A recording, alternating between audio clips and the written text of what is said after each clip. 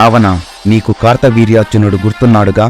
నువ్వు పొందిన వరాల కారణంగా నిన్ను ముల్లోకాల్లో ఎవ్వరూ ఏమీ చెయ్యలేరని అహంకారంతో విర్రవీగి కార్తవీర్యార్జునుడితో నర్మదా నదీ తీరాన యుద్ధానికి దూకావు. ఆ కార్తవీర్యార్జునుడు తన 1000 చేతులతో నిన్ను ఓడించి నిన్ను తన చెరసాలలో బంధించాడు. అటువంటి కార్తవీర్యార్జునుడి 1000 చేతులను ఒక్కొక్కటిగా ఖండించి తన తలను నరికేసినటువంటి వ్యక్తి పరశురాముడు. అంతటి పరశురాముడి చేతిలో ఉన్న విష్ణుధనస్సు అందుకుని తిరిగి పరశురాముని సైతం తన తపోలోకాలకు పంపించేసినటువంటి వ్యక్తి రామచంద్రమూర్తి. అంతెందుకు, వాలి సంగతి నీకు తెలుసుగా?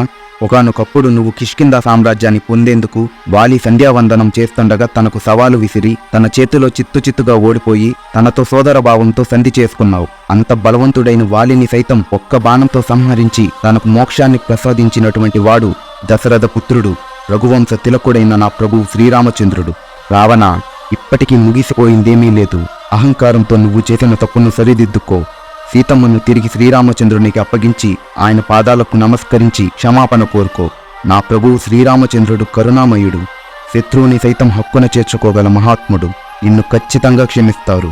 కాదని నువ్వు గర్వంతో విర్రవిగి పంతానికి పోతే నిన్ను, నీ రాక్షస సామ్రాజ్యాన్ని సమస్త దేవ దానవ యక్ష గంధర్వ కిన్నెర కింపురుషులు సైతం కలిసొచ్చిన రామబాణం నుంచి నిన్నెవ్వరూ రక్షించలేరు రావణ అని హనుమంతుడు రావణుడిని హెచ్చరించాడు.